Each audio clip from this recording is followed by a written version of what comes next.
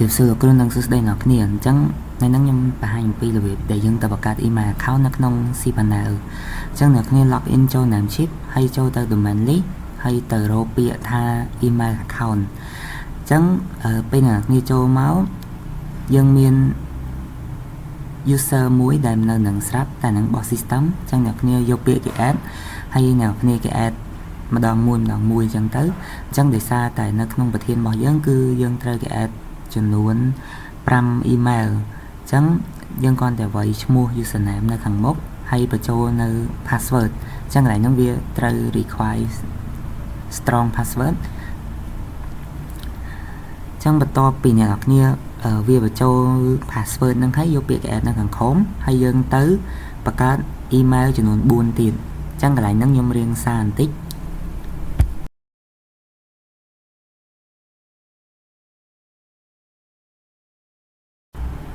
ឥឡូវ email ចុងក្រោយបន្ទាប់ពីយើងបាន email នឹងហើយអ្នកនរគ្នាចូលទៅ Outlook របស់យើងដែលយើងមាន account Gmail ឬក៏ email របស់យើងមួយស្រាប់ហ្នឹងណាអញ្ចឹងយើងយកaccount ដែលយើងបង្កើតចំនួន5មិញហ្នឹងយកមក add ចូលនៅក្នុង Outlook ហ្នឹង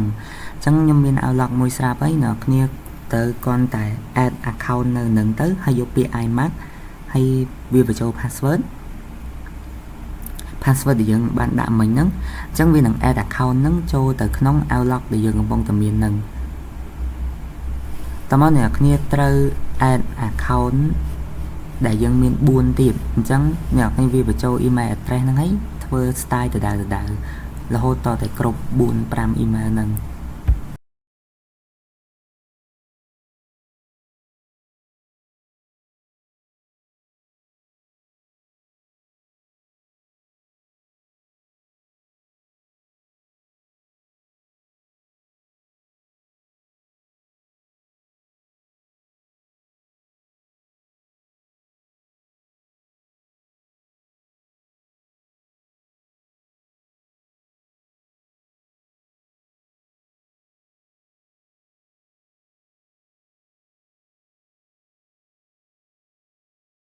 ហើយខ្ញុំទទួលបាន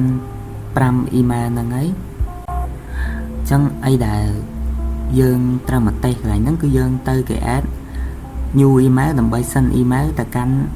account ដែលយើងមានទាំងអស់អញ្ចឹងបូកទាំង account original របស់យើងមួយទៀតអញ្ចឹងឥឡូវខ្ញុំ send to account Panom advisor ហ្នឹងហើយខ្ញុំត្រូវ CC email ដែលខ្ញុំមានទាំងអស់អញ្ចឹងអ្នកគ្នាធ្វើអីទៅកន្លែងហ្នឹងអាចតាំងម្ដងមួយអញ្ចឹងទៅអញ្ចឹងអ្នកគ្នាត្រូវតេស្តពី admin ហ្នឹងទៅកាន់ account admin ទៅ HR admin ទៅ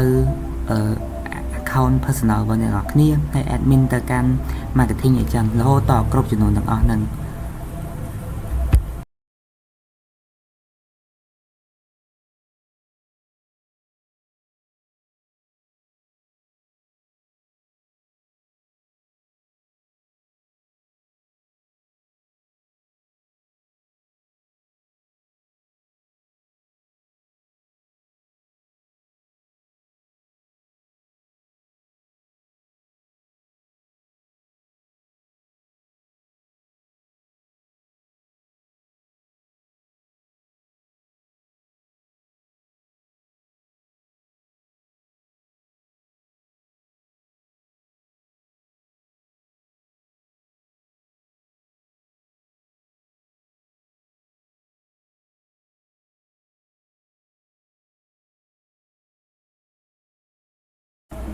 តមកទៀត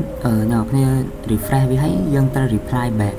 ទៅកាន់ account admin ហ្នឹងវិញ user admin add Panom advisor ហ្នឹងវិញអញ្ចឹងអ្នកគ្នាចូលទៅកាន់ user មួយហ្នឹងហើយចុច reply all អញ្ចឹងទៅហើយកន្លែងហ្នឹងអាចទៅ say អីតិចទៅយើង reply back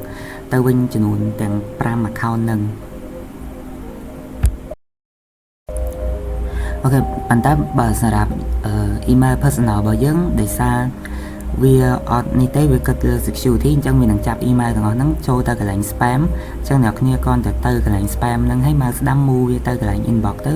រួចរាល់ហើយអញ្ចឹងកន្លែងនេះខ្ញុំសារទេអញ្ចឹងខ្ញុំធ្វើម្ដងមួយរហូតដល់គ្រប់5 email ហ្នឹង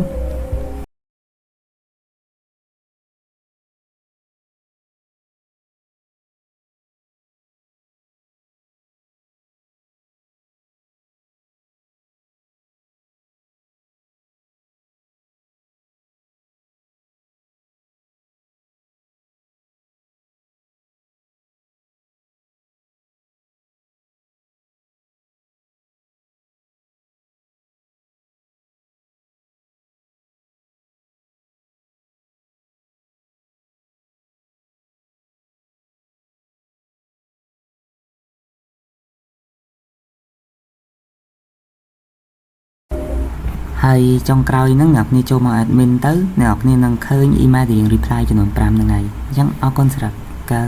ទស្សនា